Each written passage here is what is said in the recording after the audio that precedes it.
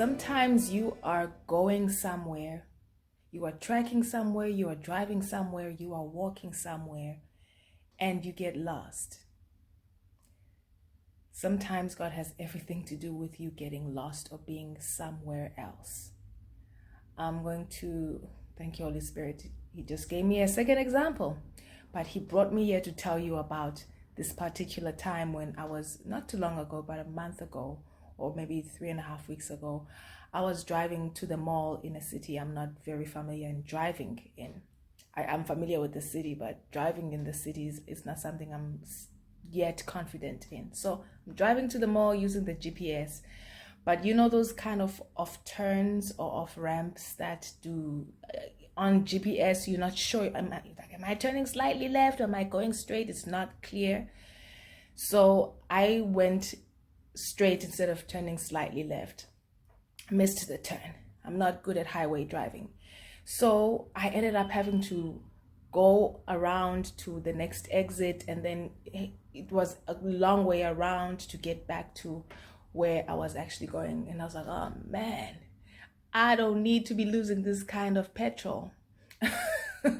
We can't afford to be losing this kind of petrol at this time in the economy. So I was now on a different highway leading back to the mall. And as I'm driving and I'm just talking to God and I'm just enjoying being in the car and listening to music, that's what I do in the car. I listen to music I love and it brings me joy. And a car literally swipes in front of me. Like some other car just swipes in front of me, and the number plate says Luke 4 verse 18. It says Luke 4:18, and I'm like, I know it's God talking to me. I know this is you. And and I just realized, oh, this has not been a loss. There was a particular reason why God allowed me to get on this incorrect road, so that I would have to now track back, simply because he wanted me to see this car saying Luke 4:18. And I went and looked at what Luke 4:18 says. You go look it up too. This could be a message for you too. And I was astounded by, again, what he was declaring and proclaiming and announcing over me, my life, about who I am and what I'm here to do. If you're looking for your purpose, if you're looking for what do you want me to do, Lord? Luke 4:18 and 19. If you just read the whole chapter, you'll have a greater context of what happens when one is about to launch into their ministry, and the kind of identity challenges, the kind of enticements to go into worldly wealth over God, the kind of darings into testing God when God is not to be tested.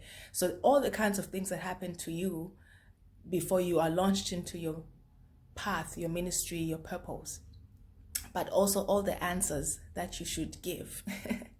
And then further down in Luke 4:18, then you find Luke 4:18 and 19, the call on Jesus. But if God is sending that word to you, that means the call is the same. The whole chapter is a letter to you, and it's an instruction to you, and it's a pronouncement over your life. So not every time that you take the wrong turn are you lost.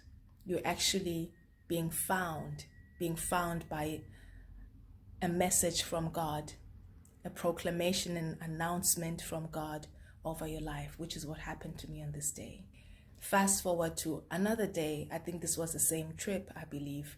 And my husband and I are driving back from the city in the direction of home. And we decide, we've just filled our car with petrol, checked everything in the city. But this is like maybe 20 minutes outside of the city, but it's a petrol station. So we decide to stop, and we both don't know why we're stopping, because we don't need anything. But we're like, let's go to the bathroom. Let's just get some biltong or whatever, And so we do that.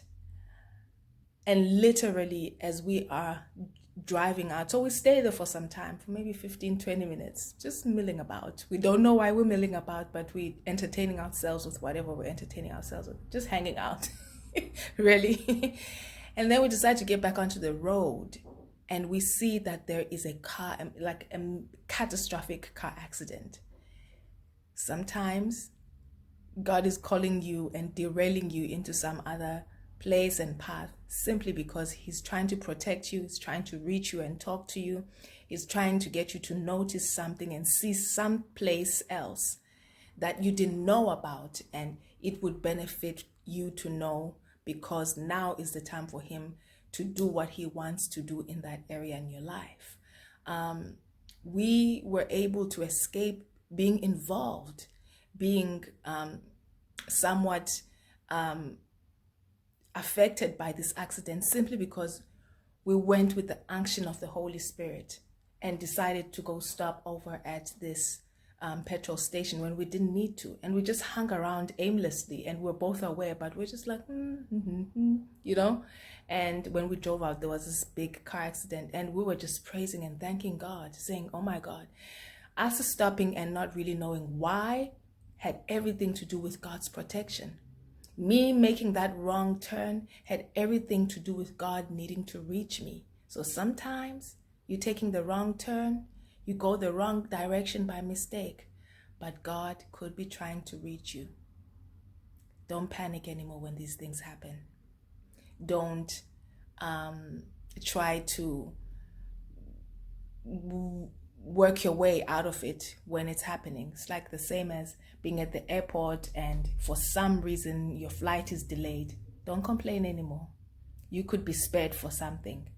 God could be trying to reach you, to get a message to you. God could be trying to keep you from a car accident or a plane accident, whatever it is. In these moments going forth, that's look in the natural and according to the worldly have and wealth, it looks like, oh man, I'm making a loss. Pay no attention. Look for God instead.